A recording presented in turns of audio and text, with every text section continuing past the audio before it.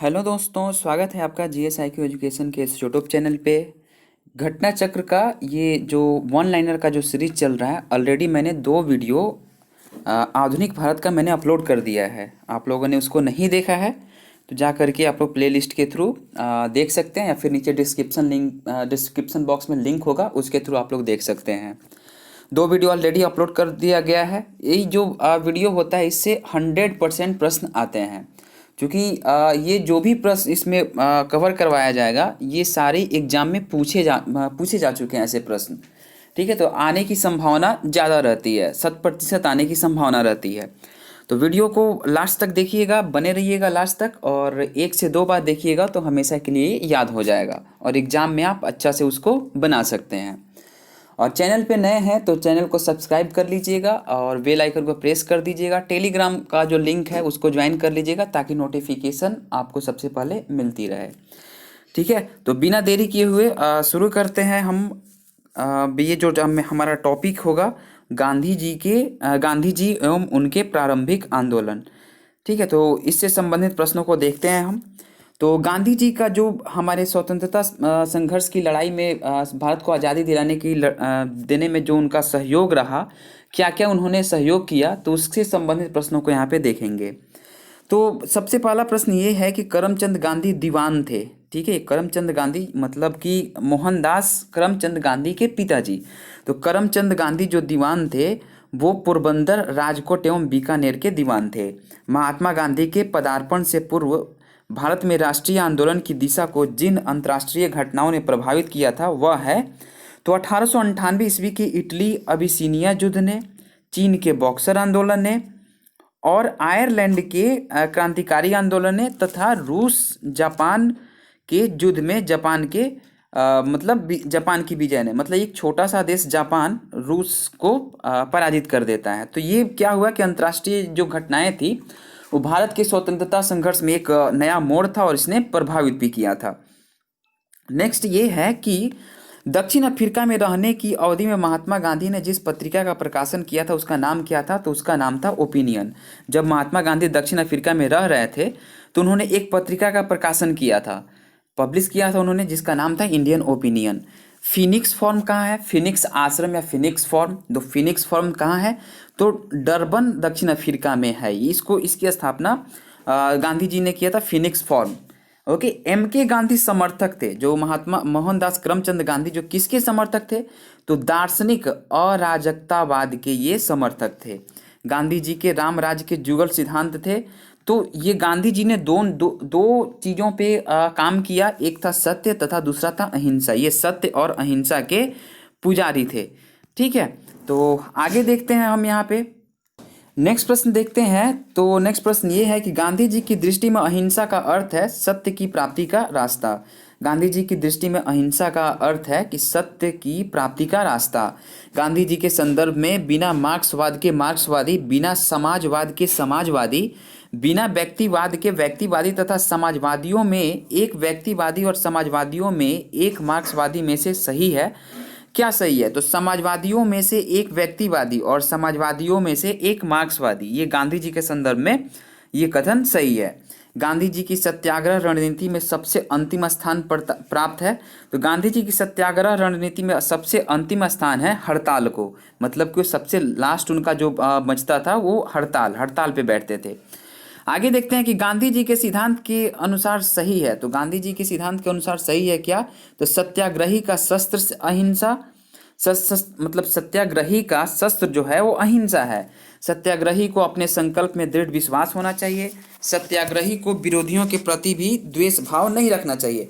मतलब कि कोई मतलब जैसे कि कोई विरोधी है तो उसके प्रति भी द्वेष भाव नहीं रखना चाहिए। ठीक है, आगे देखते हैं। गांधी जी के अनुसार हिंसा का क्रूरतम रूप क्या है। गांधी जी के अनुसार हिंसा का सबसे क्रूरतम रूप है गरीबी का अस्थायित्व। मतलब कि गरीबी का अस्थायित्व, गरीबी मतलब ज्यों का त्यों बना रह जाना। गांधी जी ने परिवार नियोजन हेतु तरीका अब बताया था, तो आत्मनियंत्रण बताया था। महात्मा गांधी दक्षिण अफ्रीका से भारत कब लौटे थे, तो 1915 में लौटे थे। गांधी जी दक्षिण अफ्रीका में रहे थे, कितने दिन तक रहे थे, तो 21 वर्ष तक गांधी जी दक्षिण अफ्रीका में रहे थे। आगे देखते हैं कि दक्षिण अफ्रीका के जिस रेलवे स्टेशन पर गांधी जी को ट्रेन से फेंका गया था, तो उसका नाम था पीटरसनबर्ग था, ठीक है। तो हुआ क्या था कि मतलब वहाँ पे इन्होंने क्या किया था कि फर्स्ट एसी का इन्होंने मतलब फर्स्ट क्लास का टिकट लिया था, लेकिन जब ये उसमें बैठ करके सफ़र कर रहे थे तो क्या हुआ कि दो उसमें अंग्रेज अधिकारी अंग्रेज आए और कुछ गोरों ने उन्हें क्या किया कि बोला कि तुम यहाँ से निकल जाओ। तो ये बोले कि नहीं, मैंने तो फर्स्ट क्लास का टिकट लिया है, मैं इसी में जाऊँगा। तो फिर गांधी जी को वहाँ पे क्या किया गया कि रेलवे स्टेशन पर गांधी जी को ट्रेन से फेंक दिया गया था। कौन सा स्टेशन था? तो पीटरसनबर्ग था, ठीक है। आगे देखते हैं। नेक्स्ट क्वेश्चन ये है कि एम के गांधी ने भारतीय राष्ट्रीय कांग्रेस के जिस अधिवेशन में सर्वप्रथम भाग लिया था वह है कलकत्ता अधिवेशन 1901 में। कलकत्ता अधिवेशन 1901 में इन्होंने केवल भाग लिया था, और 1924 में जो जो हुआ था 1924 में बेलगांव जो कर्नाटक का कांग्रेस अधिवेशन हुआ था, इसमें इन्होंने क्या किया था कि अध्यक्षता किया था। तो सबसे पहले भाग लिया था 1901 में कलकत्ता अधिवेशन में। नेक्स्ट देखते हैं कि भारत भारत की स्वतंत्रता आंदोलन के दौरान महात्मा गांधी द्वारा स्थापित साबरमती आश्रम कहाँ है? तो अहमदाबाद नगर के बाहर है। महात्मा गांधी ने अहमदाबाद के निकट साबरमती के किनारे एक आश्रम बनाया था, इसे कहा जाता है तो सत्याग्रह आश्रम कहा जाता है। महात्मा गांधी से संबंध साबरमती, फिनिक्स, वर्धा तथा सदाकत आश्रमों में सबसे पुराना क्या है? तो सबसे पुराना है फिनिक्स आश्रम सबसे पुराना है। गांधी जी ने सेवा धर्म अपनाया था, तो दक्षिण अफ्रीका में गांधी जी ने सेवा धर्म अपनाया था। महात्मा गांधी के राजनीतिक गुरु कौन थे? तो गोपाल कृष्ण गोखले थे। पिछले वीडियो में गोपाल कृष्ण गोखले के बारे में मैंने कुछ बताया है, आप लोग उसको देख सकते हैं। पिछला वीडियो इसी सीरीज का पिछला वीडियो देख सकते हैं। नेक्स्ट है कि महात्मा गांधी के अनुसार राजनीति का तात्पर्य था जन कल्याण के लिए सक्रियता। महात्मा गांधी के अनुसार राजनीति का जो तात्पर्य था वो जन कल्याण के लिए सक्रिय था। सत्याग्रह शब्द को किसने गढ़ा था? तो सत्याग्रह महात्मा गांधी ने गढ़ा था। भारत के स्वतंत्रता संघर्ष के दौरान सबसे पहले सत्याग्रह किसने किया था? तो महात्मा गांधी ने किया था। और ये कहाँ पे हुआ था? तो 1917 चंपारण में हुआ था, ठीक है, चंपारण का सत्याग्रह। मोहनदास करमचंद गांधी सर्वाधिक जाने जाते थे, किस लिए? तो भारतीय स्वतंत्रता को प्राप्त करने के लिए निष्क्रिय विरोध करने के लिए जाने जाते थे। मतलब कि भारतीय स्वतंत्रता को प्राप्त करने के लिए निष्क्रिय विरोध करने के लिए जाने जाते थे।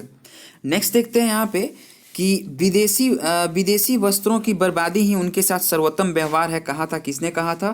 तो ये महात्मा गांधी ने कहा था कि विदेशी वस्त्रों की बर्बादी ही उनके साथ सर्वोत्तम व्यवहार है।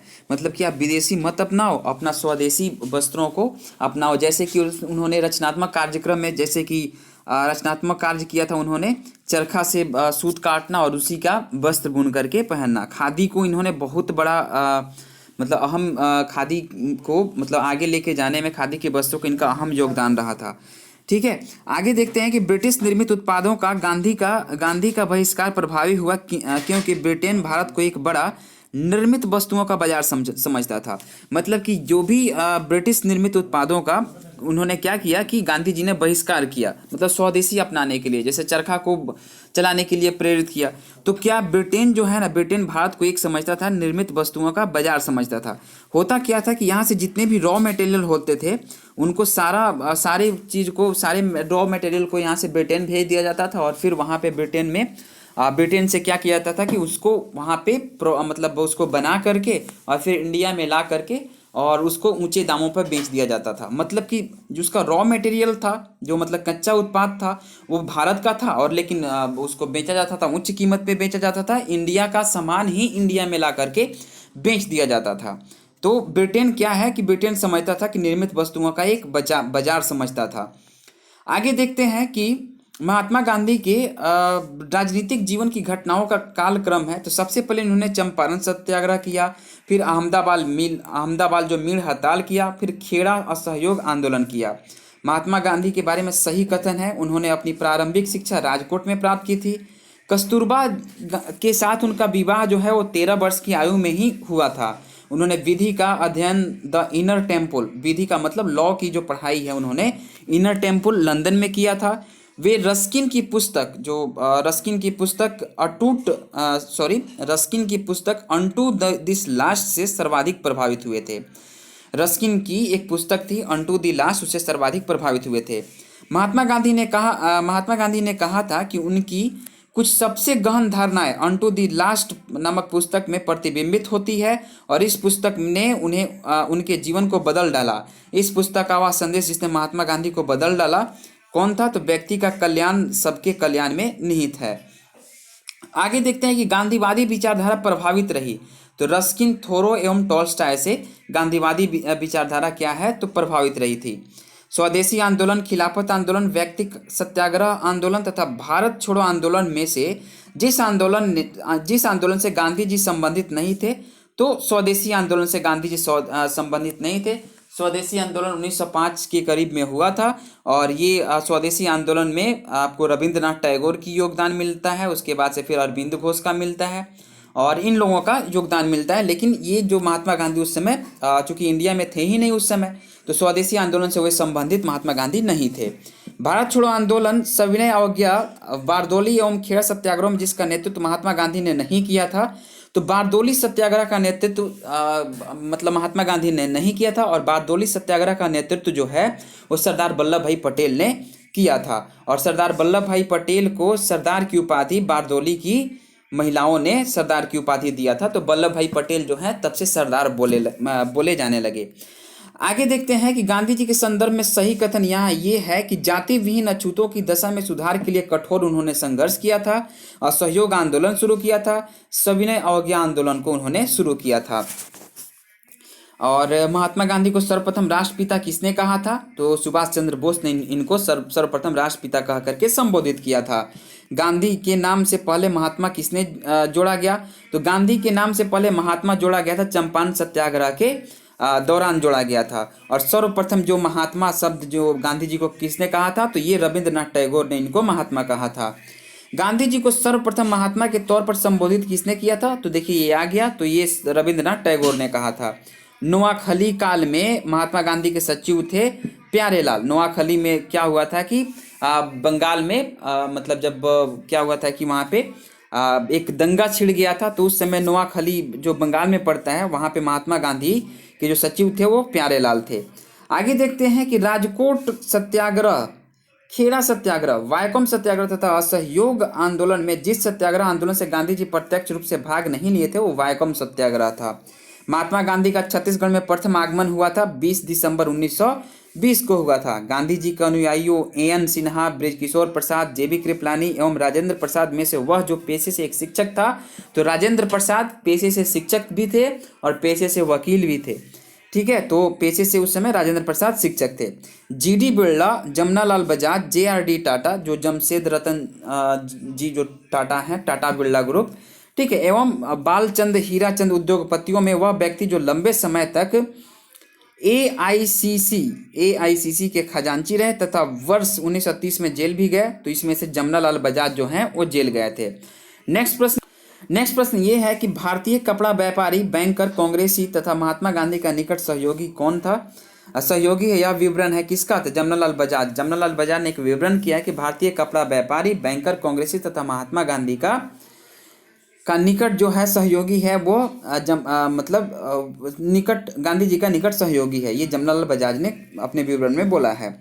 स्वाधीनता आंदोलन के दौरान महात्मा गांधी के करीबी अंग्रेज मित्र थे रेवरेंड चार्ली एंड्रयूज थे। ठीक है, आगे देखते हैं वह कारागार जिसने गांधी जी ने मंदिर का नाम दिया था। वह कारागार जिसे गांधी जी ने मंदिर का नहीं नाम दे दिया था, यरवादा जो पुणे में है, तो यरवादा जेल को गांधी जी ने मंदिर का नाम दिया था। भारत की स्वाधीनता के समय महात्मा गांधी कांग्रेस के सदस्य नहीं थे और गांधी जी की मृत्यु पर जिसने कहा था हमारे जीवन से प्रकाश चला गया है, तो जवाहरलाल नेहरू ने कहा था कि हमारे जीवन से प्रकाश चला गया है। गांधी जी को वन मैन बाउंड्री फोर्स कहकर संबोधित किया था। माउंटबेटन ने बोला था कि वन मैन बाउंड्री फोर्स, जिसने महात्मा गांधी को आदेशित किया था कि वह भारत में प्रथम वर्ष खुले कान पर मुंह बंद कर व्यतीत करें, मतलब खुले कान पर मुंह बंद कर व्यतीत करें। तो गोपाल कृष्ण गोखले जो महात्मा गांधी के राजनीतिक गुरु थे, उन्होंने कहा था कि एक वर्ष तक भारत में जो प्रथम आपका पहला वर्ष है उसमें खुले कान पर मुंह बंद कर व्यतीत करें, मतलब कान को खुला रखना है, सबकी बातों को ऑब्जर्व करना है और लेकिन बोलना कुछ नहीं है, मतलब कुछ नहीं बोलना है। तो गोपाल कृष्ण गोखले थे जिन्होंने ऐसा उनको आदेश दिया था। भारतीय राजनीति में प्रवेश से पूर्व 1 वर्ष तक देश के पर्यवेक्षक एवं विद्यार्थी के रूप में रहने की सलाह गांधी जी को किसने दी थी? तो गोपाल कृष्ण गोखले ने दी थी। मतलब कि आप यहाँ पे एक विद्यार्थी की तरह आकर के यहाँ पे अध्ययन कीजिए कि लोगों की क्या समस्याएं हैं, उनका समस्या का निदान कैसे किया जा सकता है और क्या क्या यहाँ पे फैक्टर्स हैं जो अंग्रेजों को मतलब यहाँ पे सपोर्ट कर रहे हैं, अंग्रेजों को कैसे यहाँ से भगाया जा सकता है, तो और अंग्रेजों के खिलाफ कैसी लड़ाई लड़ी जा सकती है, किस प्रकार से अंग्रेजों से लोहा लिया जा सकता है। तो इन एक विद्यार्थी के रूप में रहने की सलाह गोपाल कृष्ण गोखले ने महात्मा गांधी को दिया था। गलत साधन हमें कभी भी सही उद्देश्य तक नहीं ले जाते, यह कहा करते थे M.K. गांधी। महात्मा गांधी कहा करते थे, मोहनदास करमचंद गांधी कहा करते थे कि कभी भी गलत साधन हमें कभी भी सही उद्देश्य तक नहीं लेके जाते हैं। तो ये बात अभी भी वर्तमान परिदृश्य में ही लागू है और हमेशा यूनिवर्सल ट्रूथ बातें हैं कि गलत चीज़ जो है, गलत संगति हो गया और गलत जो चीज़ है वो कभी भी आपको सही उद्देश्य तक नहीं ले जाते हैं। जैसे कि फ़ोन है, तो फ़ोन एक तरह से देखा जाए तो ये अच्छा साधन भी है और गलत साधन भी है, डिपेंड करता है आप पे कि इसका उपयोग आप किस तरह से करते हैं।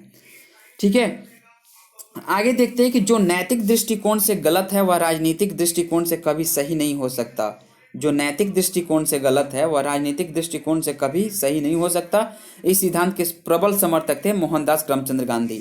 मतलब कि जिसमें जो नैतिकता, जिसमें मोरलिटी ही नहीं हो, जो बातें मोरलिटी से परिपूर्ण नहीं हो, जो काम मोरल उसमें मोरलिटी नहीं हो, मैनर नहीं हो, वो क्या उसको राजनीतिक दृष्टिकोण में भी वो सही साबित नहीं होता है। तो सबसे पहले इंसान के पास मॉरल होना चाहिए, मैनर होना चाहिए, एक सही वे होना चाहिए और एक सोचने की वे ऑफ डायरेक्शन जो मतलब स्ट्रेट फॉरवर्ड होना चाहिए, सोचने की सही क्षमता होनी चाहिए। ठीक है, तो वहीं महात्मा गांधी ने कहा था कि जो नैतिक दृष्टिकोण से गलत है वह राजनीतिक दृष्टिकोण से कभी सही नहीं हो सकता है। गांधी जी ने अपना पहला सत्याग्रह आरंभ किया था।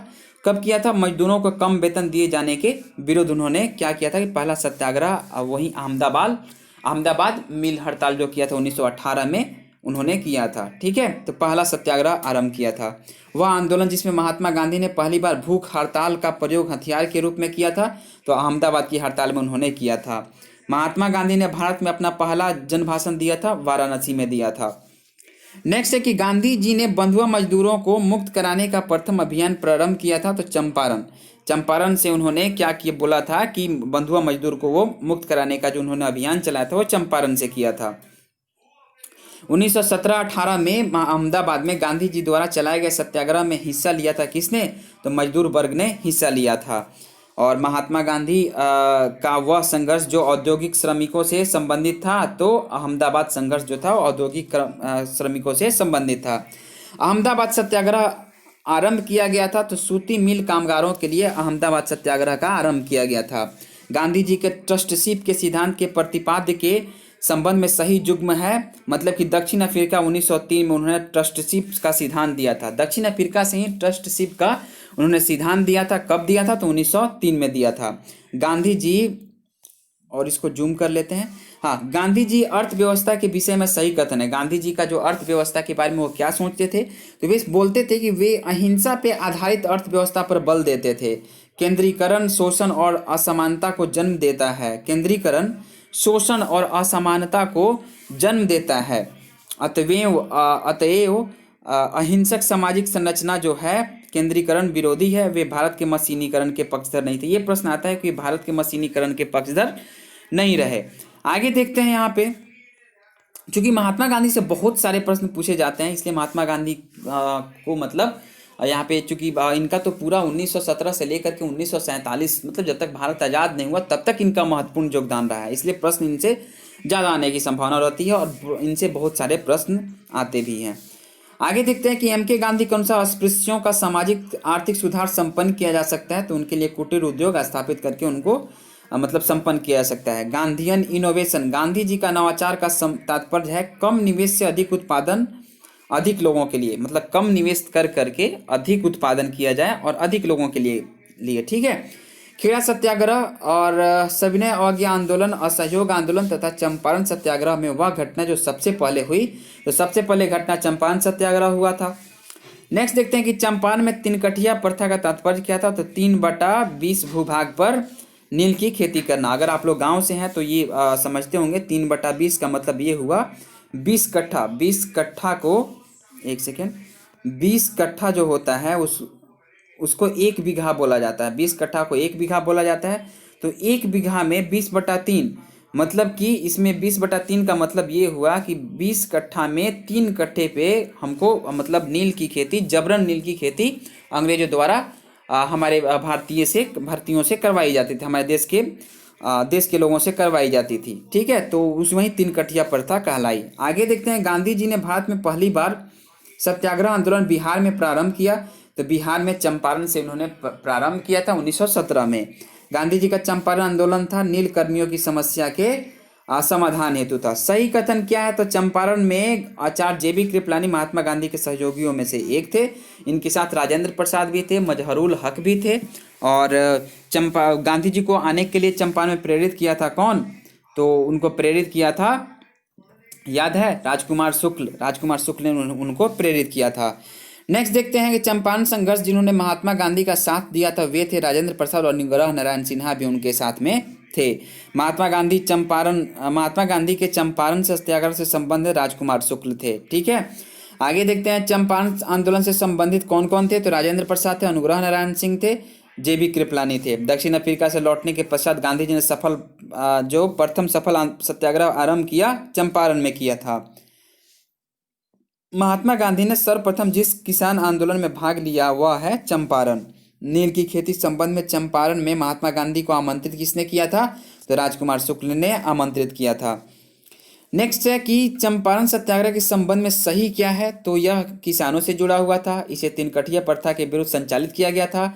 डॉक्टर राजेंद्र प्रसाद तथा जेबी कृपलानी ने इसमें MK गांधी का मतलब इन्होंने साथ दिया था। चंपारण नील आंदोलन के राष्ट्रीय नेता कौन थे? तो महात्मा गांधी थे। महात्मा गांधी के चंपारण सत्याग्रह का विरोध किसने किया था? तो NG रंगा ने चंपारण सत्याग्रह का विरोध किया था। खेड़ा के किसानों के पक्ष में महात्मा गांधी के सत्याग्रह संगठित करने का कारण क्या था? तो अकाल पड़ने के बावजूद प्रशासन ने भू राजस्व की उगाही जो है स्थापित नहीं की थी। आगे देखेंगे हम, नेक्स्ट प्रश्न जो हमारा होगा वो आपको किसान आंदोलन एवं किसान सभा इस टॉपिक से होगा। तो देखते हैं पहला प्रश्न क्या है कि भारतवर्ष का सर्वप्रथम आंदोलन कौन सा था? तो बिजौलिया आंदोलन था। इंद्र नारायण द्विवेदी, गौरीशंकर मिश्र, जवाहरलाल नेहरू एवं मदन मोहन मालवीय में से फरवरी 1918 में स्थापित यूपी किसान सभा की जो स्थापना से संबंध नहीं था तो जवाहरलाल नेहरू उस समय नहीं थे। बाकी इंद्र नारायण द्विवेदी, गौरीशंकर मिश्र और मदन मोहन मालवीय फरवरी 1918 में यूपी किसान सभा की स्थापना से संबंधित थे। नाई धोबी बंद जो सामाजिक बॉयकॉट का एक स्वरूप था जो 1919 में किसानों द्वारा प्रतापगढ़ जिले में चलाया गया था। आगे देखेंगे वह प्रदेश जहां बाबा रामचंद्र ने किसानों को संगठित किया था। तो अवध कहाँ है? तो यूपी में है। 1930 के दशक में देश के विभिन्न भागों में भिन्न नेताओं द्वारा किसान आंदोलन चलाए गए थे। उनके प्रभाव क्षेत्रों में सही सुमेलित है। तो साजानंद सरस्वती बिहार से संबंधित थे। खुदाई खिदमतगार जो है NWFP थे। स्वामी रामानंद जो थे हैदराबाद से थे। अब्दुल हमीद खान दक्षिणी असम से थे। 1930 के दशक में किसान सभा आंदोलन से सक्रिय रूप से जुड़े थे। स्वामी शाहजानंद सक्रिय रूप से जुड़े हुए थे। अवध की एका आंदोलन का उद्देश्य था लगान का नगद में परिवर्तन। अवध की एका आंदोलन का उद्देश्य था लगान का नगद में परिवर्तन था। अखिल भारतीय किसान सभा के प्रथम सत्र की अध्यक्षता जो है स्वामी शाहजानंद सरस्वती ने किया था। वह जगह जहां अखिल भारतीय किसान सभा का पहला अधिवेशन हुआ था तो लखनऊ में पहला अधिवेशन अखिल भारतीय किसान सभा की जो है वो मतलब पहला अधिवेशन हुआ था। अखिल भारतीय किसान सभा के संस्थापक अध्यक्ष थे स्वामी शाहजानंद सरस्वती थे। स्वामी शाहजानंद का संबंध था बिहार के किसान आंदोलन के साथ। स्वामी शाहजानंद सरस्वती का संबंध था। नेक्स्ट प्रश्न ये है कि स्वामी शाहजानंद ने भूमि और जल मार्ग के राष्ट्रीयकरण की मांग के साथ अखिल भारतीय संयुक्त किसान सभा का गठन किया। उनकी मृत्यु के ठीक पहले उन्होंने इसका गठन किया था। किसका? तो अखिल भारतीय संयुक्त किसान सभा का गठन किया था। राजेंद्र प्रसाद, CR दास, मोतीलाल नेहरू तथा भगत सिंह में से बिहार में किसान आंदोलन के साथ कौन जुड़े थे? तो राजेंद्र प्रसाद जुड़े हुए थे। नेक्स्ट देखेंगे कि बारदोली सत्याग्रह जो है वो सरदार वल्लभ भाई पटेल से संबंधित है। भारतीय किसान विद्यालय NG रंगा, बंगाल प्रजा पार्टी जो है फजलुल हक और बकास संघर्ष जो है स्वामी श्रद्धानंद सरस्वती से संबंधित है। आगे का प्रश्न देखेंगे हम कि बंगाल के तिभागा आंदोलन की मांग क्या थी। बंगाल के तिभागा आंदोलन की मांग क्या थी? तो जमींदारों की हिस्सेदारी को फसल के आधे भाग से कम करके 1/3 करना इनकी प्रमुख मांग थी। नेक्स्ट प्रश्न ये है कि बारदौली सत्याग्रह 1928 का नेतृत्व किसने किया था? तो बारदौली सत्याग्रह 1928 का नेतृत्व सरदार वल्लभ भाई पटेल ने किया था। महात्मा गांधी ने वल्लभ भाई पटेल को सरदार की उपाधि उनके बड़ी संगठन के क्षमता के कारण जिस आंदोलन में दी थी, तो बारदौली के सत्याग्रह में महात्मा गांधी ने वल्लभ भाई को पटेल की सरदार की उपाधि, देखिए वहाँ पे मतलब सरदार की उपाधि जो है, सरदार की तो उन महिलाओं ने कहा था, लेकिन उपाधि जो दिया था वो महात्मा गांधी ने दिया था।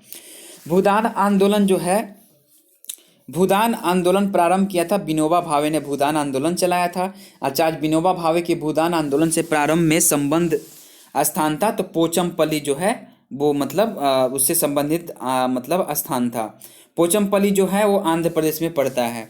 भूदान आंदोलन का सर्वप्रथम प्रारंभ हुआ आंध्र प्रदेश राज्य में। देखिए ये आंध्र प्रदेश जो मैंने बताया वो आ गया, आंध्र प्रदेश राज्य में भूदान आंदोलन का सर्वप्रथम प्रारंभ हुआ था।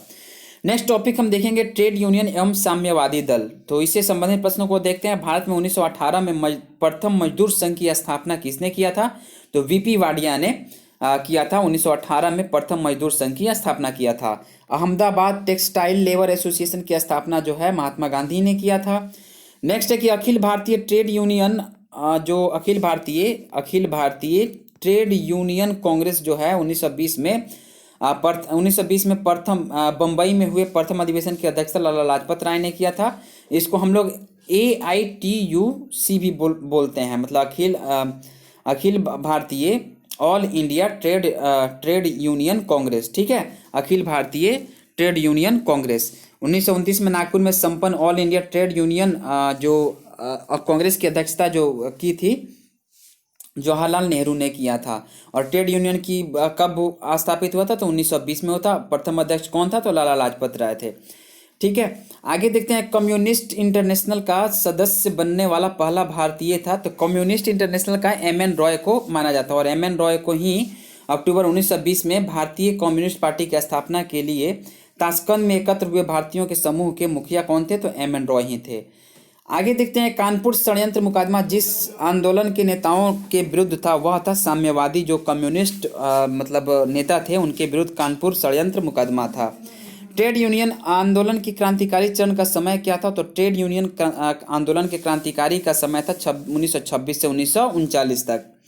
नेक्स्ट प्रश्न ये है कि 1940 में रेडिकल डेमोक्रेटिक पार्टी का गठन किसने किया था? तो MN रॉय ने रेडिकल डेमोक्रेटिक पार्टी का गठन किया था। सौम्येंद्र नाथ टैगोर द्वारा स्थापित दल का नाम है, तो सौम्येंद्र नाथ टैगोर द्वारा स्थापित दल का नाम था क्रांतिकारी साम्यवादी दल था। आगे वाला प्रश्न हम देखेंगे, बहुत ही अच्छा टॉपिक है, इससे प्रश्न आते हैं। तो ये टॉपिक जो है रॉलेट एक्ट और जालियांवाला बाग हत्याकांड 1919 से, एक बहुत ही स्वतंत्रता संघर्ष के इतिहास में एक बहुत ही बड़ा नरसंहार हुआ था जिसको हम लोग मतलब जालियांवाला बाग हत्याकांड के नाम से जाना जाता है। तो इससे संबंधित प्रश्नों को देखेंगे और दिल दहला देने वाली ये घटना थी। तो देखते हैं, पहला प्रश्न ये है कि भारतीय स्वतंत्रता संघर्ष के दौरान रॉलेट एक्ट ने जिस कारण से सार्वजनिक रोष उत्पन्न किया वह है इसने लोगों को बिना मुकदमा चलाए जेल भेजने के लिए अधिकृत किया था। इसने लोगों को बिना मुकदमा चलाए जेल भेजने के लिए अधिकृत किया, इसको काला कानून के नाम से भी जाना जाता है। नेक्स्ट देखते हैं। नेक्स्ट प्रश्न ये है हमारा कि रॉलेट एक्ट को लाने का प्रयोजन था किसका? तो राष्ट्रीय एवं क्रांतिकारी गतिविधियों पर रोक लगाना था। रॉलेट एक्ट लाने का प्रयोजन था राष्ट्रीय एवं क्रांतिकारी गतिविधियों पर रोक लगाना था। रॉलेट एक्ट भारत में लागू किया गया था कब? वर्ष 1919 में लागू किया गया था। रॉलेट एक्ट का लक्ष्य था कि बिना मुकदमा चलाए बंदी बनाना और मुकदमों की सुनवाई जो है उस संक्षिप्त प्रक्रिया द्वारा करना, मतलब कि तुरंत आप गिरफ्तारी होगी और वो भी बिना मुकदमा दर्ज किए हुए, और फिर क्या होगा कि आपको एक छोटी सी प्रक्रिया जो होगी तुरंत और आपको जेल में भेज दिया जाएगा। तो यही रॉलेट एक्ट का कानून था जिसको काला कानून के नाम से भी जाना जाता है। रॉलेट सत्याग्रह के संदर्भ में सही कथन ये है कि रॉलेट अधिनियम सेडिशन कमेटी की सिफारिश पर आधारित था। सेडिशन कमेटी जो एक थी उस पे रॉलेट अधिनियम को लाया गया था। और रॉलेट सत्याग्रह में गांधी जी ने होम रूल लीग का उपयोग करने का प्रयास किया। गांधी जी ने होम रूल लीग का उपयोग करने का प्रयास किया था। नेक्स्ट देखते हैं कि जब रॉलेट एक्ट पारित हुआ उस समय भारत का जो वायसराय था, वायसराय जो भारत का था वो था लॉर्ड चेम्सफोर्ड था। ठीक है, लॉर्ड चेम्सफोर्ड ने मतलब जब रॉलेट एक्ट पारित हुआ था उस समय लॉर्ड चेम्सफोर्ड था। रॉलेट एक्ट भारतीय राष्ट्रीय कांग्रेस ने विरोध किया था। रॉलेट एक्ट का भारतीय राष्ट्रीय कांग्रेस ने विरोध किया था क्योंकि इसका लक्ष्य था व्यक्तिगत स्वतंत्रता को सीमित करना। मतलब कि हम अपनी मर्जी से घूम नहीं सकते, अपनी मर्जी से 3 लोग एक जगह खड़ा होकर के बात नहीं कर सकते, अपने विचार को नहीं रख सकते। अगर रखेंगे तो अंग्रेजों द्वारा क्या किया जाएगा कि आप पे बिना मुकदमा दर्ज किए हुए ही आपको मतलब मजिस्ट्रेट के सामने लेकर के जाया जाएगा और भी एक छोटी सी संक्षिप्त प्रक्रिया होगी, छोटा सा प्रक्रिया करके और फिर आपको जेल में भेज दिया जाएगा। उसके बाद से फिर तो वो इसी का विरोध मतलब राष्ट्रीय कांग्रेस ने किया था क्योंकि ये व्यक्तिगत स्वतंत्रता को ये क्या करता था, लिमिट में कर देता था, सीमित कर देता था। अखिल भारतीय राजनीति में गांधी का पहला साहसिक कदम क्या था, तो रॉलेट सत्याग्रह था। अखिल भारतीय राजनीति में गांधी का पहला साहसिक कदम था रॉलेट सत्याग्रह था। और रॉलेट एक्ट के विरोध में लगान न देने का आंदोलन चलाने का सुझाव किसने दिया था, तो ये स्वामी श्रद्धानंद ने दिया था। किसानों के बहुत ही बड़े नेता थे ये, इन्होंने ही बोला था कि रॉलेट एक्ट लगा है तो हम किसान मिल करके किसी को लगान नहीं देंगे। The anarchical and revolutionary crime act 1919 को सामान्य बोलचाल में कहा जाता था रॉलेट एक्ट। एक बार देख लीजिए ये रॉलेट एक्ट का दूसरा नाम क्या है, तो the anarchical and revolutionary crime act 1919। ठीक है, तो रॉलेट एक्ट का ही ये दूसरा नाम है। वह महत्वपूर्ण घटना जो जालियांवाला बाग नरसंहार के तुरंत पूर्व में घटी थी, तुरंत पहले हुआ था, तो रॉलेट एक्ट का बनना था। जालियांवाला बाग हत्याकांड कब हुआ था, तो 13 अप्रैल 1919 को जालियांवाला बाग हत्याकांड हुआ था। जालियांवाला बाग कत्लेआम जो हुआ था वो अमृतसर में था और ऐसा कहा जाता है कि जालियांवाला बाग जो है वो कभी जल्ली नाम के एक शख्स था, उसका वो संपत्ति हुआ करता था। वहाँ पे काफ़ी संख्या में लोग अमृतसर जालियांवाला बाग में 13 अप्रैल 1919 को एकत्रित हुए थे और बैसाखी जो मतलब पंजाब में मनाया जाता है, वहाँ बैसाखी का त्यौहार का मेला लगा हुआ था। और उसी समय क्या हुआ कि बहुत सारे लोग जो जालियांवाला बाग में क्या हुआ 13 अप्रैल 1919 को एकत्रित हुए थे, तो वे एकत्रित इसलिए हुए थे कि डॉक्टर सैफुद्दीन किचलू और डॉक्टर सत्यपाल का एक जो उभरते हुए वहाँ के बहुत ही फेमस, बहुत ही अच्छे नेता थे जिनको अचानक इनकी गिरफ्तारी हो गई थी। रॉलेट एक्ट को मतलब जब लगा था तब इनकी गिरफ्तारी हो गई, तो इन्हीं को सभा संबोधित करने के लिए जालियांवाला बाग में ये लोग एकत्रित हुए थे। लेकिन क्या हुआ कि वहाँ जनरल डायर ने अपने सिपाहियों का आदेश दिया कि गोली चलाने का आदेश दे दिया, जिसमें हजारों की संख्या में लोग मारे गए और पूरा जालियांवाला बाग जो है वो खून से सन गया। और कहा जाता है ऐसा कि अभी भी आप लोग जालियांवाला बाग में कभी जाइएगा तो वहाँ अभी भी खून के धब्बे आपको देखने को मिल जाते हैं। तो इतना बड़ा नरसंहार जालियांवाला बाग में हुआ था। आगे देखते हैं कि 30 मई 1919 को अपनी जो ऑनर भारत सरकार को लौटाने वाले व्यक्ति थे, जो अलंकरण जो मिला हुआ था कि मतलब जालियांवाला बाग हत्याकांड हुआ, तो उसके बाद से रविंद्रनाथ टैगोर ने अपना जो ऑनर जो मिला था उसको 30 मई 1919 को उन्होंने लौटा दिया। महात्मा गांधी जो केसर ये हिंद का उनको उपाधि मिला था उसको भी उन्होंने लौटा दिया था। क्योंकि इतना ना बड़ी नरसंहार थी, हजारों की संख्या में लोग मारे गए थे, कई हजार लोग घायल भी हुए थे। तो इसलिए इन्होंने क्या किया, रविंद्रनाथ टैगोर इससे आहत होकर के इन्होंने अपना जो इनको ऑनर मिला था, अलंकरण मिला था, उसको लौटा दिया। वह जिसके विरोध में रविंद्रनाथ टैगोर ने अपने नाइटहुड का परित्याग कर दिया, तो नाइटहुड की उपाधि को जालियांवाला बाग नरसंहार के मतलब इन्होंने अपना लौटा दिया था, नाइटहुड का परित्याग कर दिया था। जालियांवाला बाग हत्याकांड के विरोध में वायसराय की कार्यकारिणी परिषद की सदस्यता से इस्तीफा दिया था शंकरन नायर ने, जो वायसराय की कार्यकारिणी परिषद का जिसमें एक मेंबर थे, ये मेंबर थे, तो इन्होंने क्या किया कि इस्तीफा दे दिया। और जालियांवाला बाग नरसंहार, डॉक्टर सत्यपाल का बंदी बनाया जाना तथा वर्ष 1919 का अमृतसर कांग्रेस का अधिवेशन घटनाओं का सही क्रम क्या है, तो सबसे पहले डॉक्टर सत्यपाल को बंदी बनाया जाना, फिर उसके बाद से जब बनाया गया तो जालियांवाला बाग नरसंहार हो गया और फिर 1919 का अमृतसर का कांग्रेस का अधिवेशन हुआ। हंटर आयोग की नियुक्ति की गई थी, तो हंटर आयोग का जो नियुक्ति किया गया था वो जालियांवाला बाग हत्याकांड के बाद किया गया था। हंटर आयोग नहीं होगा, हंटर कमेटी है ये, ठीक है। और हंटर आयोग जो एक लागू हुआ था वो था आपको शिक्षा से संबंधित था, हंटर आयोग। हंटर कमीशन, ये हंटर कमेटी है, तो हंटर कमेटी में 3 अंग्रेज थे और 2 जो थे वो तीन अंग्रेज और 2 भारतीय थे, ठीक है, इस कमेटी में। और यही जालियांवाला बाग हत्याकांड का मतलब जांच करने के लिए हंटर कमेटी की नियुक्ति की गई थी, हंटर की अध्यक्षता में। ओके, जनरल डायर का नाम जुड़ा है जालियांवाला बाग कांड से जुड़ा है, जालियांवाला बाग की घटना से जनरल डायर का, उसने ही तो गोली चलवाने का आदेश दिया था ना, तो उसी से इसलिए उसका नाम जालियांवाला बाग से जुड़ा हुआ है। नेक्स्ट देखते हैं कि जालियांवाला बाग हत्याकांड के जिम्मेदार ओ डायर को, मतलब जनरल ओ डायर को मार डाला था उधम सिंह ने। देखिए ये जाकर के वहाँ मतलब ब्रिटेन में जाकर के, इंग्लैंड में जाकर के उन्होंने क्या किया कि जो जनरल डायर के लिए जिम्मेदार, सॉरी, जालियांवाला बाग हत्याकांड के लिए जिम्मेदार था जनरल डायर, उसको इन्होंने क्या किया कि गोली मार दिया। तो ऐसे हमारे मिट्टी में वो दम है जो ऐसे ऐसे वीरों को जन्म देती है कि अपने मतलब दुश्मनों को मतलब देश से बाहर भी जा कर के मारने की क्षमता है। तो उधम सिंह थे, इन्होंने जा कर के वहाँ पे इंग्लैंड में इन्होंने क्या किया था कि जनरल डायर को मार दिया था। जालियांवाला बाग नरसंहार पर कांग्रेस जांच समिति की रिपोर्ट के प्रारूप लिखने का कार्य सौंपा गया था, तो महात्मा गांधी को सौंपा गया था। मतलब महात्मा गांधी को जो नरसंहार हुआ था उस पर कांग्रेस जांच समिति के रिपोर्ट प्रारूप को लिखने का कार्य सौंपा गया था। वर्ष 1919 में जघन्य जालियांवाला बाग कांड के समय भारत का वायसराय कौन था? तो लॉर्ड चेम्सफोर्ड था। वह घटना जिसे मॉन्टेग्यू ने निवारक हत्या के नाम से विशेषीकृत किया था, तो मॉन्टेग्यू जो था वो जालियांवाला बाग नरसंहार को बोलता है कि निवारक हत्या के नाम से विशेषीकृत करता है। नेक्स्ट है कि वह एक्ट जिसके कारण सार्वजनिक रोष की लहर उभरी, फलस्वरूप जालियांवाला बाग में ब्रिटिश द्वारा जनसंहार की घटना घटी, तो द रॉलेट एक्ट था। ओके, आगे देखते हैं खिलाफत आंदोलन, इससे संबंधित प्रश्नों को देखेंगे। तो खिलाफत आंदोलन का आरंभ किसने किया था? तो शौकत अली और मोहम्मद अली जो थे, अली बंधु जो थे, उन्होंने इसका प्रारंभ किया था। खिलाफत आंदोलन के प्रमुख नेताओं में से थे मौलाना मोहम्मद अली और शौकत अली थे। खिलाफत आंदोलन के मुख्य उद्देश्य क्या था? तो भारत के मुसलमानों में ब्रिटिश विरोधी भावना को उत्पन्न करना, ऑटोमन साम्राज्य की रक्षा और खिलाफत का रक्षा करना।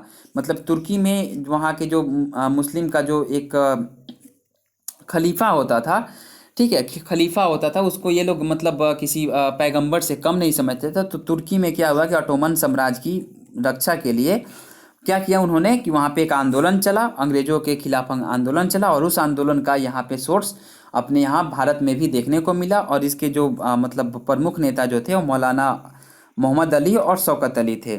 और 1919 में अखिल भारतीय खिलाफत सम्मेलन का अध्यक्ष जो है महात्मा गांधी को बनाया गया था। नेक्स्ट है कि महात्मा गांधी ने खिलाफत आंदोलन का समर्थन किया था। गांधी जी ने अंग्रेजों के खिलाफ अपने आंदोलन में भारतीय मुसलमानों का सहयोग प्राप्त करना चाहा था, इसलिए महात्मा गांधी ने खिलाफत आंदोलन का समर्थन किया था, ताकि यहाँ इंडिया के जो मुस्लिम हैं वो भी भारतीय स्वतंत्रता संघर्ष में भारत की आज़ादी के लिए जी जान से जुड़ जाए और जी जान अपना लगा दे। इसलिए उनका सहयोग और समर्थन चाहिए था, तो महात्मा गांधी ने खिलाफत आंदोलन का समर्थन किया था। वह जिसने खिलाफत आंदोलन को हिंदू और मुसलमानों की एकता के एक ऐसे अवसर के रूप में देखा जो 100 वर्ष बाद भी पुनः प्रस्तुत नहीं होगा। तो महात्मा गांधी ने देखा था कि हिंदू और मुस्लिम को फिर से एकजुट करने का ये बहुत ही अच्छा अवसर है, और जब हिंदू मुस्लिम यहाँ पे एक होंगे तब जा करके भारत की जो आज़ादी की लड़ाई है वो बहुत जल्द ही मतलब हम भारत को आज़ादी मिल जाएगी। नेक्स्ट देखेंगे कि खिलाफत आंदोलन के दौरान हाजी उल मुल्क की पदवी त्याग दी थी, तो हकीम अजमल खान ने हाजी उल मुल्क की पदवी को त्याग कर दिया था। आगे है वह जो जिसने गांधी जी को सावधान किया था कि मुस्लिम धार्मिक नेताओं और उनके अनुयायियों के कट्टरपन को प्रोत्साहित न करे, तो मोहम्मद अली जिन्ना ने गांधी जी को ये बोला था, सावधान किया था कि मुस्लिम धार्मिक नेताओं और उनके अनुयायियों के कट्टरपन को प्रोत्साहित न करें। नेक्स्ट है कि मोहम्मद अली और शौकत अली, अबुल कलाम आज़ाद तथा मतलब मोहम्मद अली जिन्ना ने महात्मा गांधी के खिलाफत आंदोलन की भागीदारी की भर्त्सना मतलब शिकायत किया था। तो जिन्ना ने मोहम्मद अली जिन्ना ने क्या किया था, इसकी भर्त्सना, इसका शिकायत किया था कि ये आंदोलन जो है ये सही नहीं है। खिलाफत आंदोलन का परिणाम था हिंदू मुस्लिमों में मतभेदों में कमी आई, मतलब हिंदू और मुस्लिम में जो भी मतभेद होते थे अंग्रेजों के द्वारा जो फूट डाले जाते थे उसमें कमी आई थी। वह व्यक्ति जिसने 4 अप्रैल 1919 को दिल्ली की जामा मस्जिद के प्रवचन मंच से हिंदू मुस्लिम एकता पर भाषण दिया था, तो स्वामी श्रद्धानंद जो थे वो 4 अप्रैल 1919 को दिल्ली के जामा मस्जिद के से जा करके हिंदू मुस्लिम की एकता पर भाषण इन्होंने दिया था। ठीक है, आगे देखते हैं। कांग्रेस के खिलाफत आंदोलन का समर्थन किया, मुख्यतः खलीफा की पुनः स्थापना के लिए और मुसलमानों की सहानुभूति प्राप्त करने के लिए कांग्रेस ने खिलाफत आंदोलन का समर्थन किया था। जवाहरलाल नेहरू, मदन मोहन मालवीय, मोहम्मद अली तथा स्वामी श्रद्धानंद में से खिलाफत आंदोलन का समर्थन किसने नहीं किया? तो मदन मोहन मालवीय ने खिलाफत आंदोलन का समर्थन नहीं किया था। वर्ष 1920 की खिलाफत कमेटी की सभा जिसने गांधी जी को असहयोग आंदोलन के नेतृत्व को संभालने का अनुरोध किया था वह थी इलाहाबाद में। इलाहाबाद में 1920 में खिलाफत कमेटी की एक सभा हुई जिसमें गांधी जी को असहयोग आंदोलन को नेतृत्व को संभालने का अनुरोध किया गया था। आगे देखेंगे कि इस मिसाल में हम मुसलमानों को हिंदुओं से नहीं भिड़ा पाए। एचिंसन के इस कथन का संबंध की जिस घटना से वह है खिलाफत और असहयोग आंदोलन 1919 और 1922। इस मिसाल में हम मुसलमानों को हिंदुओं से नहीं भिड़ा पाए, ये एचिंसन का ये जो कथन उसने दिया था। वर्ष 1921 का मोपला आंदोलन की शाखा थी, तो खिलाफत आंदोलन मोपला जो केरल में हुआ था, तो ये जो है वो खिलाफत आंदोलन की ही एक शाखा थी। नेक्स्ट टॉपिक हम देखेंगे कि असहयोग आंदोलन, इससे संबंधित प्रश्नों को देख रहे हैं। असहयोग आंदोलन, ठीक है। तो वर्ष 1920 के नागपुर के भारतीय राष्ट्रीय कांग्रेस के अधिवेशन में असहयोग को प्रस्तावित किया गया था। तो CR दास ने इसको प्रस्तावित किया था। भारतीय राष्ट्रीय कांग्रेस ने पहला असहयोग आंदोलन शुरू किया 1920 में। महात्मा गांधी द्वारा चलाया गया प्रथम जन आंदोलन था, तो प्रथम जन आंदोलन जो था वो असहयोग आंदोलन था।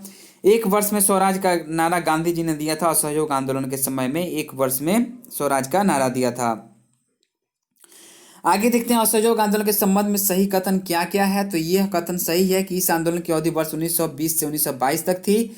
एक वर्ष के भीतर स्वराज की प्राप्ति इसका लक्ष्य था और इसमें बहिष्कार की योजना थी। असहयोग आंदोलन से संबंधित है कांग्रेस सर्वप्रथम जन आंदोलन बनी। हिंदू मुस्लिम एकता में वृद्धि हुई। जनता के मन में ब्रिटिश शक्ति का भय जो था वो हट गया। ब्रिटिश सरकार ने महात्मा गांधी जी को उपाधि दी थी और जिसे उन्होंने असहयोग आंदोलन में वापस कर दिया था वह थी केसर-ए-हिंद। महात्मा गांधी, मदन मोहन मालवीय, तेज बहादुर सप्रू तथा चित्तरंजन दास में से असहयोग आंदोलन के दौरान अपनी वकालत किसने छोड़ दिया था? तो चित्तरंजन दास ने अपनी वकालत छोड़ दिया था।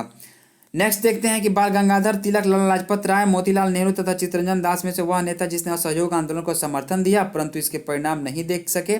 तो बाल गंगाधर तिलक जो है वो इसके परिणाम को नहीं देख सके थे। बाल गंगाधर तिलक की ही मृत्यु तुरंत हुई थी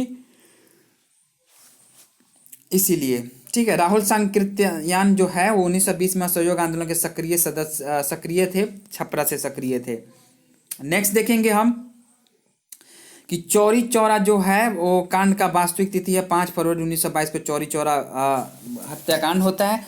वहीं असहयोग आंदोलन जब चालू हुआ तो नॉन कोऑपरेशन मूवमेंट, तो चौरी चौरा कांड हो जाता है। मतलब कि चौरी चौरा एक जगह है गोरखपुर में, वहाँ पे क्या होता है कि वहाँ पे एक थाने को सारे जो भी आंदोलनकारी थे वो थाने को वहाँ पे जला देते हैं और उसमें कुछ पुलिस को भी जला देते हैं। इस वजह से चौरी चौरा कांड जो है, चौरी चौरा कांड उसी के लिए फेमस है। चौरी चौरा स्थित है गोरखपुर जनपद में स्थित है।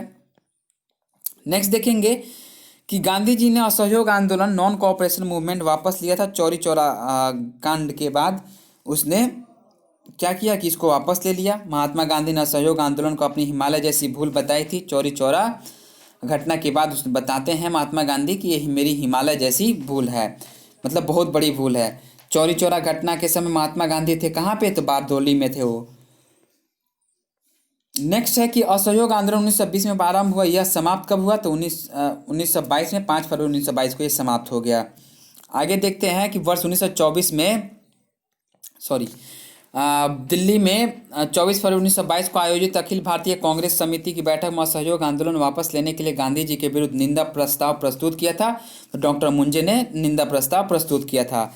असहयोग आंदोलन के स्थगन संबंधी घटनाओं का सही क्रम है चौरी चौरा में पुलिस गोलीकांड, चौरी चौरा में पुलिस गोलीकांड, उग्र भीड़ द्वारा पुलिस थाना को जलाना, गांधी जी द्वारा आंदोलन का स्थगन, गांधी जी की गिरफ्तारी।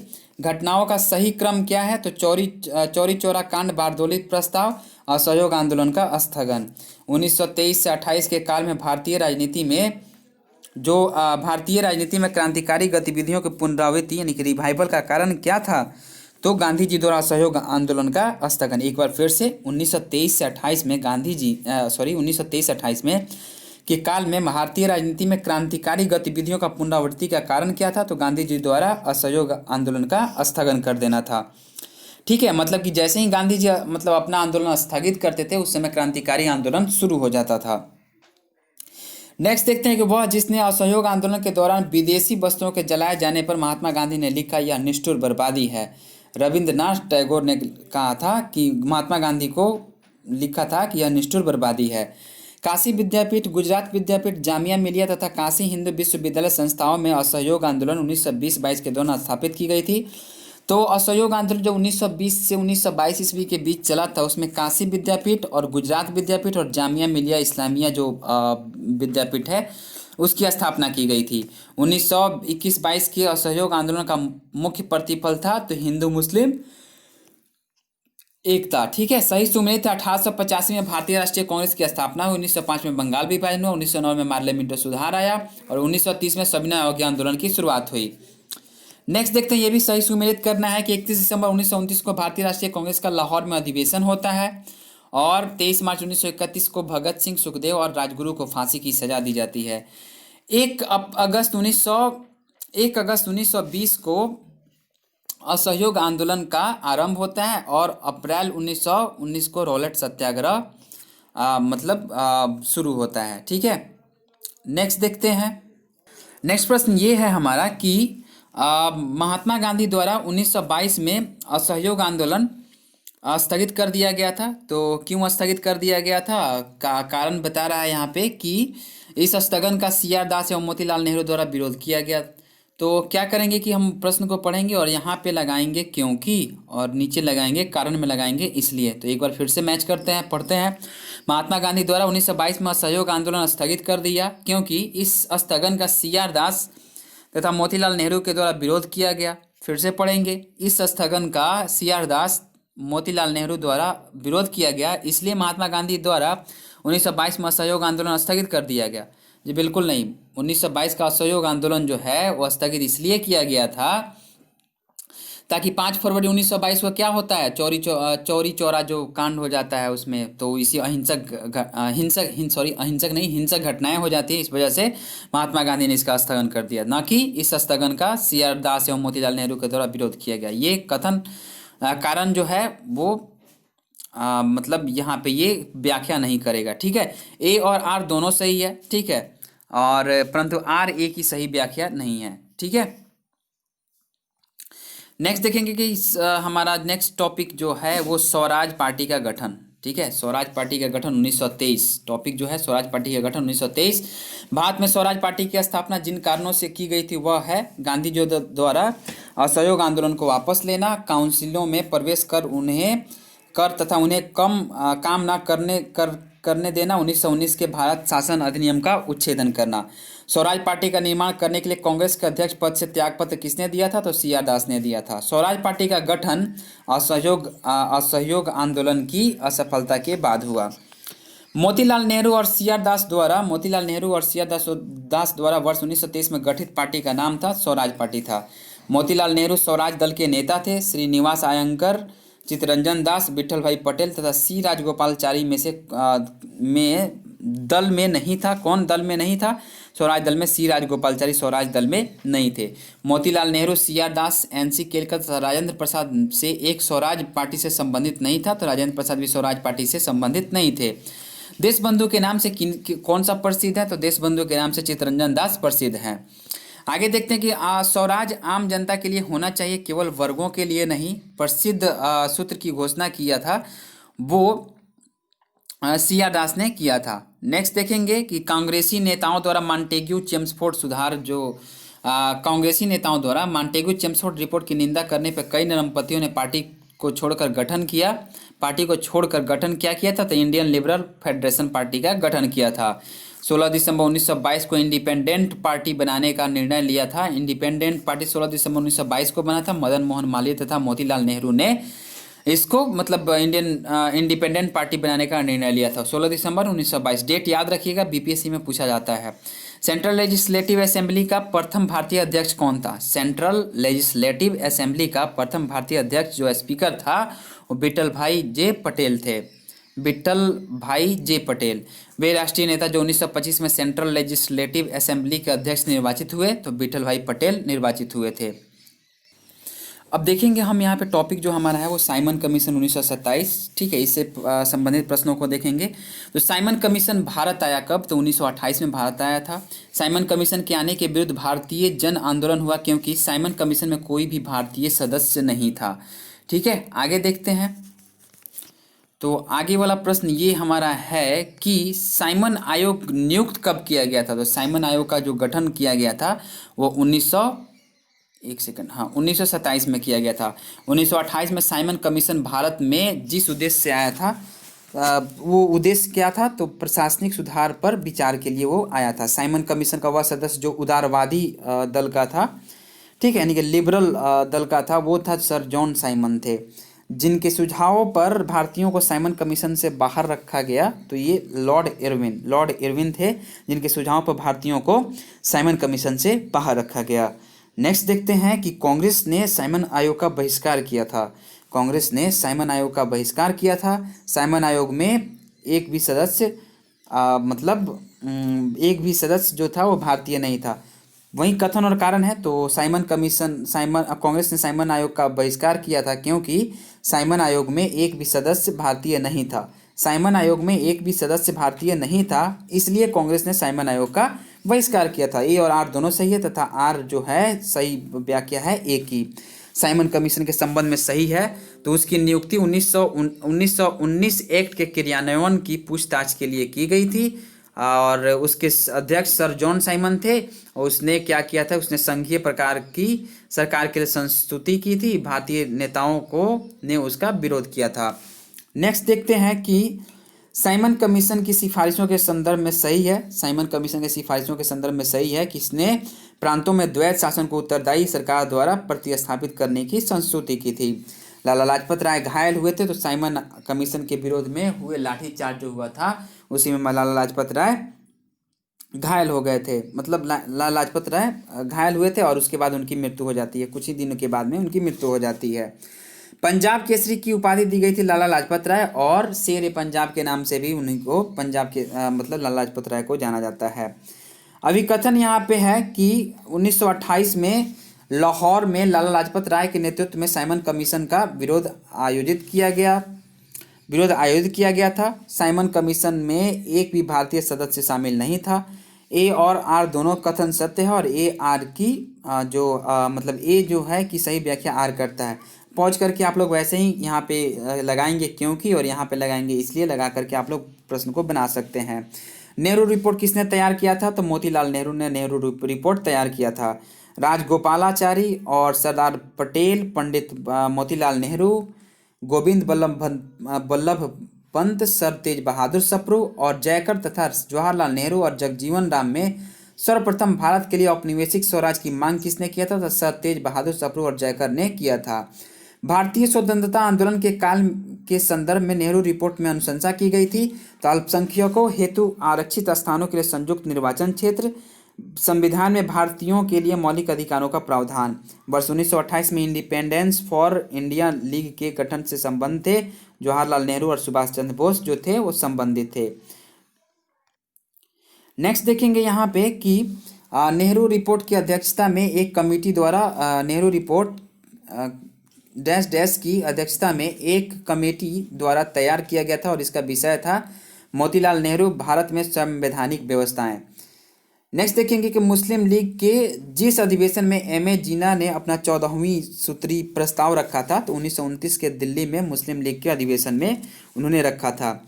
कांग्रेस दल की उग्र शाखा ने, जिसके एक प्रमुख नेता जवाहरलाल नेहरू थे, इंडिपेंडेंस फॉर लीग की स्थापना की। वह लीग स्थापित हुई थी नेहरू रिपोर्ट के विरोध में, वो लीग स्थापित हुई थी, इंडिपेंडेंस फॉर इंडियन लीग। आगे देखेंगे यहाँ पे टॉपिक है कांग्रेस का लाहौर अधिवेशन और पूर्ण स्वराज प्रस्ताव। ठीक है, और कांग्रेस का लाहौर अधिवेशन पूर्ण स्वराज प्रस्ताव से संबंधित प्रश्नों को देख रहे हैं।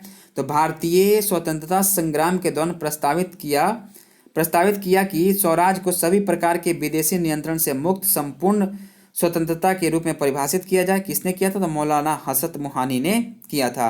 1921 के अहमदाबाद अधिवेशन में संपूर्ण स्वराज को कांग्रेस का लक्ष्य मानने का प्रस्ताव रखा था, हसरत मोहानी ने रखा था। नेक्स्ट देखेंगे कि कांग्रेस ने पहली बार भारत की स्वतंत्रता का प्रस्ताव पारित किया था, 1929 में किया था। पूर्ण स्वराज का प्रस्ताव लाहौर कांग्रेस में पारित किया गया वर्ष 1929 में। भारतीय राष्ट्रीय कांग्रेस का वह अधिवेशन जिसमें पूर्ण स्वराज का प्रस्ताव पारित हुआ किया था कि अध्यक्षता जो है वो जवाहरलाल नेहरू ने किया था। 1929 का जो लाहौर का कांग्रेस अधिवेशन जो हुआ था उसी में। आगे देखेंगे कि कांग्रेस के 1929 के लाहौर अधिवेशन में कांग्रेस का लक्ष्य जो है पूर्ण स्वराज घोषित किया किसने? जवाहरलाल नेहरू ने किया था। 31 दिसंबर 1929 को अर्धरात्रि में भारतीय राष्ट्रीय ध्वज को फहराया गया था रावी नदी के तट पे।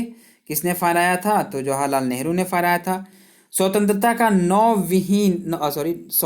का नौ ग्रहित तिरंगा पहली बार लहराया गया 31 दिसंबर 1929 को। भारतीय राष्ट्रीय कांग्रेस का वह अधिवेशन जिसकी अध्यक्षता जवाहरलाल नेहरू ने सर्वप्रथम की थी, तो लाहौर अधिवेशन में भारतीय राष्ट्रीय कांग्रेस का अधिवेशन की अध्यक्षता जवाहरलाल नेहरू ने किया था। भारतीय राष्ट्रीय कांग्रेस का लाहौर अधिवेशन 1929 इतिहास में इसलिए प्रसिद्ध है क्योंकि कांग्रेस ने पूर्ण स्वराज की मांग का एक संकल्प पारित किया था। 1929 में कांग्रेस के लाहौर अधिवेशन में पारित संकल्प में कौन सा शामिल था? तो भारत की विदेश नीति की घोषणा, पूर्ण स्वराज के लक्ष्य की घोषणा, सविनय अवज्ञा आंदोलन प्रारंभ करने की तैयारी। नेक्स्ट देखेंगे कि पूर्ण स्वराज संकल्प को भारतीय राष्ट्रीय कांग्रेस के लाहौर अधिवेशन में प्रस्तुत किया था किसने? तो जवाहरलाल नेहरू ने प्रस्तुत किया था। नेक्स्ट प्रश्न ये है हमारा कि नेक्स्ट यहाँ पे हम टॉपिक लेते हैं। टॉपिक है सविनय अवज्ञा आंदोलन, ठीक है, सिविल डिसओबीडियंस मूवमेंट। तो इससे संबंधित प्रश्न ये है कि कार्यकारी कमेटी को सविनय अवज्ञा आंदोलन प्रारंभ करने का अधिकार दिया गया। लाहौर जो सेशन था उसमें दिया गया। गांधी जी ने दांडी मार्च प्रारंभ किया था, 12 मार्च 1930 को प्रारंभ किया था। गांधी जी ने दांडी यात्रा प्रारंभ की थी, साबरमती से प्रारंभ किया था।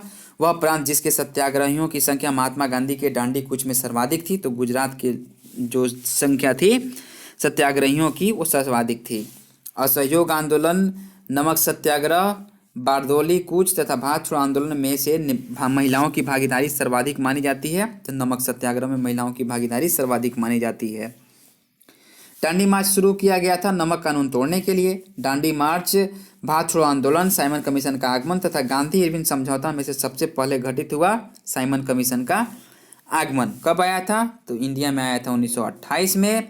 लागू कब हुआ था साइमन कमीशन जो रिपोर्ट था वो लागू हुआ था 1927 में गठित हुआ था। नेक्स्ट यहाँ पे कथन कारण वाला है, तो महात्मा गांधी द्वारा, पॉज करके आप लोग बनाइए खुद से। महात्मा गांधी द्वारा नमक आंदोलन वर्ष 1930 में चलाया गया था। महात्मा गांधी का उद्देश्य था कि गरीबों को नमक मुफ्त उपलब्ध हो, ठीक है। तो ये जो है कथन ये जो है वो सही है, परंतु आर जो है वो गलत है। महात्मा गांधी का उद्देश्य गरीबों को मुफ्त नमक उपलब्ध हो ऐसा नहीं था, बल्कि उनको क्या करना था कि उनको अंग्रेजों का विरोध करना था, शांतिपूर्ण विरोध करना था, इसलिए उन्होंने नमक बना करके कानून तोड़ा। शक्ति के विरुद्ध अधिकार की इस लड़ाई में मैं विश्व की सहानुभूति चाहता हूँ, यह कथन संबंध है गांधी की दांडी यात्रा से संबंधित है। महात्मा गांधी की दांडी यात्रा के विषय में सत्य है, यह पूर्णतः एक पैदल यात्रा थी। साबरमती आश्रम से ये होकर इसका समापन दांडी में हुआ। साबरमती आश्रम से शुरू समूची यात्रा 24 दिनों में पूरी की गई थी। नमक सत्याग्रह के समय गांधी जी के गिरफ्तार हो जाने के बाद आंदोलन के नेता के रूप में उसका स्थान लिया किसने? अब्बास तैयब जी ने उनका स्थान लिया था। महात्मा गांधी धरसना नामक गोदाम पर कांग्रेस कार्यकर्ताओं के धावे के समय थे, यरवदा जेल में थे। वह आंदोलन जिसमें भाग लेने के लिए आचार्य विनोबा भावे को प्रथम बार गिरफ्तार हुए थे, तो सविनय अवज्ञा आंदोलन में विनोबा भावे जो थे वो पहली बार क्या हुआ? गिरफ्तार हुए थे। गांधी जी ने जिस विदेशी पत्रकार को दांडी मार्च के समय अपने साबरमती आश्रम में ठहराया था वह था वेब मिलर। वेब मिलर जो विदेशी पत्रकार था जो दांडी मार्च हो रही थी, ठीक है, तो उस समय अपने आश्रम में उन्होंने साबरमती आश्रम में उन्होंने ठहराया था। अप्रैल 1930 में नमक कानून तोड़ने के लिए तंजौर तट पर एक अभियान संगठित किया गया था। तो सी राजगोपालाचारी ने तंजौर पर एक अभियान संगठित किया था। नेक्स्ट है कि अब भारतीय स्वाधीनता संघर्ष के दौरान रेड शर्ट्स के नाम से भी पहचाने जाने वाले खुदाई खिदमतगार, यानी कि लाल कुर्ती, रेड शर्ट्स लाल कुर्ती के नाम से पहचाने जाने वाले खुदाई खिदमतगारों ने आह्वान किया था पठान क्षेत्रीय राष्ट्रवादी एकता का और उपनिवेशवाद के विरुद्ध संघर्ष का। नेक्स्ट देखते हैं यहाँ पे कि लाल कुर्ती दल का संगठित किया था किसने, तो अंग्रेजों को निकालने के लिए किया था। गढ़वाल रेजिमेंट के सैनिकों ने प्रदर्शनकारियों पर गोली चलाने से इनकार कर दिया सविनय अवज्ञा आंदोलन के दौरान। लाल कुर्ती आंदोलन के नेता कौन थे, खान अब्दुल गफ्फार खान, जिनको फ्रंटियर गांधी के नाम से भी जाना जाता है। 1930 में अंग्रेज सरकार के विरुद्ध प्रसिद्ध पेशावर कांड का नायक कौन था, तो वीर चंद्र सिंह गढ़वाली था।